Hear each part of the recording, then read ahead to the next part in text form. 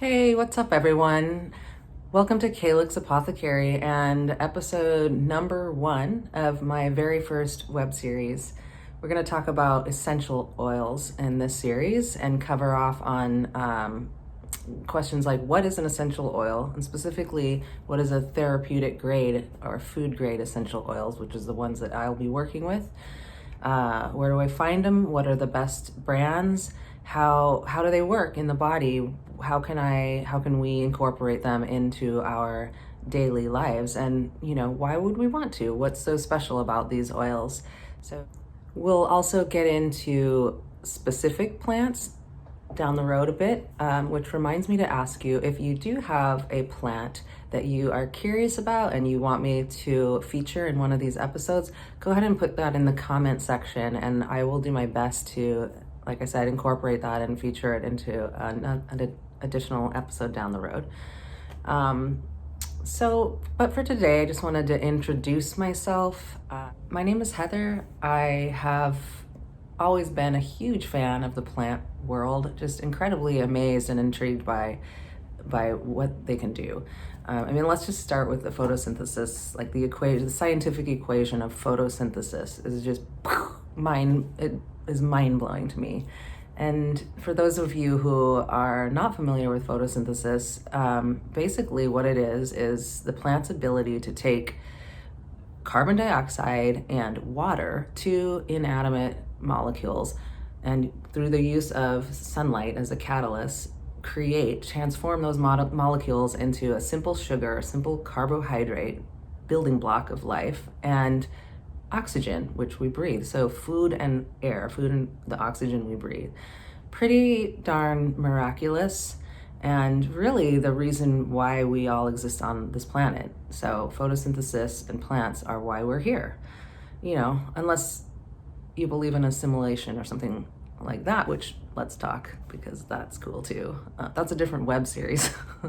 But for the purposes of this reality, we're going to stick to plants. And a little bit about my background. One of my first jobs was working in a medicinal lab in the mountains of Wyoming, and we would go out and gather plants from around the area and then bring them back into the lab, sustainably gathering the plants from around the area. That was a big priority for us. And bring them back in the lab and make tinctures and salves and lotions and potions. But what it really did for me was expose me to all these different healing systems around the world. Tibetan medicine, Chinese medicine, Indian Ayurvedic, Western herbalism. And we would use some of their formulas, their theories in our formulas. It really kind of sparked an interest in the scientific side of plants and led me to grad school, where I got a double master's of science in botany and conservation biology. The botany part was more specifically ethnobotany, the study of how different cultures use plants, and in my case, how different cultures use plants medicinally. And even to further that, I studied with Tibetan doctors and Indian rural healers, it's a mouthful, Indian rural healers in northern India, and Tibetan pharmacists and doctors, medicine makers, and really did a deep dive into those plants and those systems of healing. And in addition, my journey, I have started a tea company using some of those things that I learned in terms of blending plants. And recently, or in the last 5 to 10 years, have really gotten into essential oils, and specifically therapeutic grade essential oils.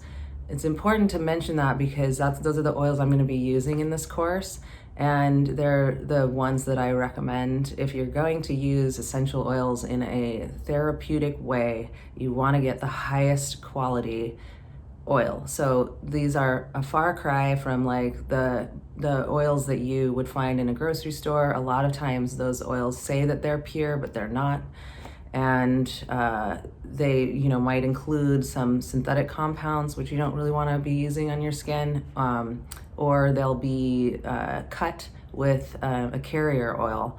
And so that just means the quality and the grade is lower, and you're not receiving the benefit, the full benefit you could with a certified therapeutic grade oil. And we'll talk about what those are and where to find them later.